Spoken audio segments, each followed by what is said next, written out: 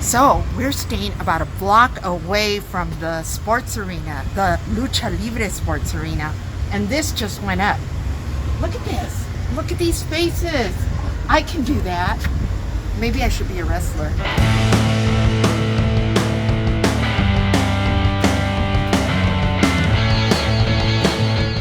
In our last video, we took you on a bus trip from Mexico City to Puebla. We indulged ourselves on La Calle de los Dulces, Candy Street.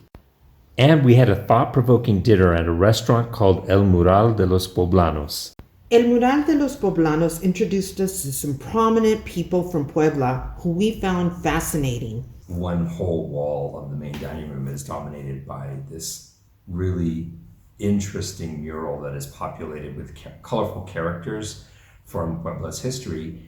And the only person I recognized in the entire mural was this comedian, Capulina, because I've watched his movies. But everybody else was kind of like, is that Pablo Picasso or is that... That looks like John Waters. What is Benito Mussolini doing in this mural? But of course, it wasn't them. So luckily, Greg found a site that would tell you exactly who each person was. And we realized that we were very ignorant about the history of Puebla. And there was a lot to delve into. Some of the people that stood out for us were people like El Niño. Well, I guess that's not really a person. Yeah, it's meant to be a depiction of baby Jesus that was brought over by a nun. It became associated with miracles that were granted to some of the faithful who were having health problems. Right, and this is an interesting thing I find interesting about Mexican Catholicism is you have this really cool blend of traditional Catholic beliefs in saints and religious icons that melds with folk, what I would consider folk magic, which is a belief that ordinary objects can provide supernatural intervention or healing and or perform miracles. So this is a great example of that because not only is Santo Niño really cute, he also heals the sick. For me, I grew up going to Catholic school, so my experience was of a very traditional interpretation of Catholicism, and saints were not someone that you would typically ask for favors. It was something that you had respect for, but it wasn't really about, I don't know, there's this part of religion that I think at times crosses over into magic. And I know some of you are going to think it's all magic or it's all religion.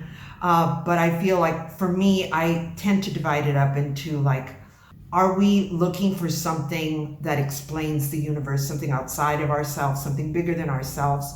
Or are we attempting to control further outcomes? And I think when we attempt to control future outcomes through not just divine intercession, but by doing something that initiates that change. For example, bringing a gift or doing something to a statue. There's a long history of like turning certain statues on their heads until they grant you the desired outcome. And to me, that crosses over into magical thinking more than religion, where you just, sort of pray and propitiate and you have more of a passive role. So I am interested in that gray area where religion crosses over into magical thinking, not because I'm judging one being better than the other or one being more effective than the other.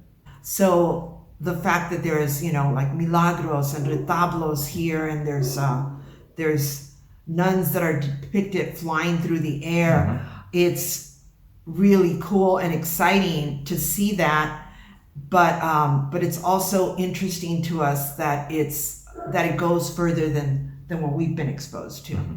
Speaking of Milagros, we'll show some video here of another sanctuary or templo or church that we shot where there's a collection of Milagros, which are medallions oftentimes in the shape of body parts or other things such as hearts, that people will place on a shrine to thank a saint for their intervention or Jesus for miraculous intervention.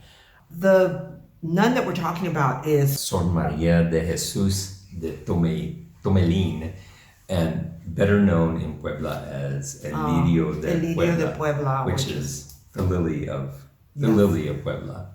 And from a very early age, she apparently lived in what they called a mystical world of visions and conversations with the Virgin Mary. And her uncle died. Her uncle's ghost appeared to her and asked her to ask her father to have masses said in his to save his soul and to spare him time in purgatory. Whereupon the father told her, well, if you're really talking to my brother, why don't you ask him these specific questions that only he would know the answer to? And she did, and she got the correct answers. So ever since then, she was kind of venerated or seen as a holy woman. Well, she's also, I think she started doing other miracles in the performing miracles in the community. And when she passed away, it was said that her body exuded fumes and liquids, essences that were miraculous. Mm-hmm. Yeah. So the nuns actually gathered those liquids and essences somehow. The pieces of cloth or remnants to be blessed and get to be blessed, right? Yeah. You know. Yeah, I think it's definitely a more interesting world if you can imagine people able to fly and to perform miracles. And I love the idea of a little baby Jesus dressed as a doctor who can perform miracles and heal you when you're out of options. It's always great to be able to have something else to give you hope. And I think that's the thing, right? That's the ultimate medicine, is hope. So in whatever form it comes into your life, if it works for you, then it works for you, and it's a good thing. So whether it's a statue or an image of something, or a cup of coffee, a ritual that you do, we're not here to judge anybody on their beliefs. We're just saying that these beliefs are different from ours, and they're very interesting and they're very colorful. So we appreciate them, and we want to bring them to you so that you can be exposed to them. Right. So I want to talk a little bit about Carmen Cerdán because I found her image very compelling. She's in the mural holding a rifle, and who is that? It's not Annie Oakley. Who is this Pueblan, and why is she holding a rifle? And we found out that she was a leader in the revolution, that she actually is not credited very much with surprise. Surprise, right? Women are always left out of history. But as we found out more, as we did more research, we realized that she was a co-leader along with other members of her family, but the main person in her family who was targeted by the then president / dictator Porfirio Diaz was her brother Aquiles Cerdán. But she also had organized anti-re-electionists to fight against Porfirio Diaz's dictatorship. And she went out and helped collect arms to arm the insurgency. She helped organize meetings. She went out and plastered posters. On the day that her brother was supposed to be arrested, she went out onto the balcony of her house and started calling to people to come and join the revolution, or to come and resist the oppression of Porfirio Diaz's regime. That same day, her house was shot up from the convent across the street. She was shot, she was jailed. Other members of her family were also captured, killed, and a lot of people who were involved in that movement were also arrested or killed. And for many, this is considered this particular battle, which took place at her house, was considered the first engagement in the Mexican Revolution.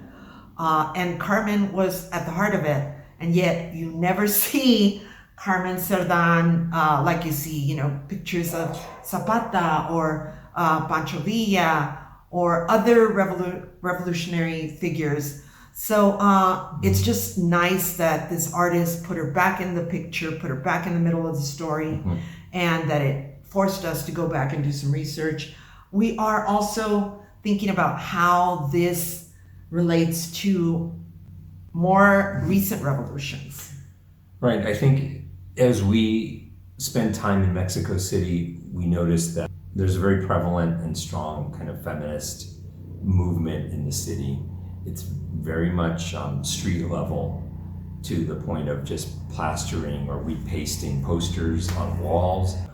So much so that many of the public monuments now have barriers erected around them so that you can't get anywhere close to the monuments. That doesn't stop people from manifesting feminist action, and it's going so far as taking street names that are gendered for males and changing them to female genders, or changing the names of streets from male revolutionaries or historical figures to forgotten female, also equally important but overlooked females, and putting their names on the streets, thereby reclaiming their streets.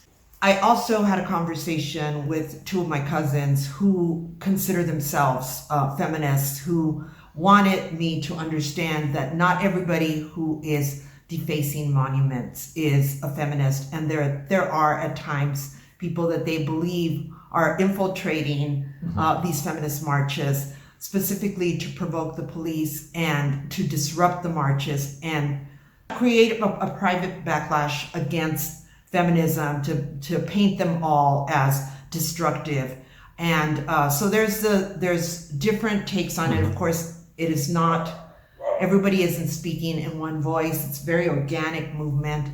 And while there are probably people out there who are true feminists who really are, you know, feeling like, I want to tear this system down, and personally, I can totally relate to that, there may also be women out there who are hired to be disruptive and have the opposite effect. Sure. In that they shut down the march and they create a negative backlash. Yeah. And I think you see that in any kind of revolutionary movement or social change movement, that the status quo tries to infiltrate it or discredit it or build public support against it by, you know, maligning it in some way.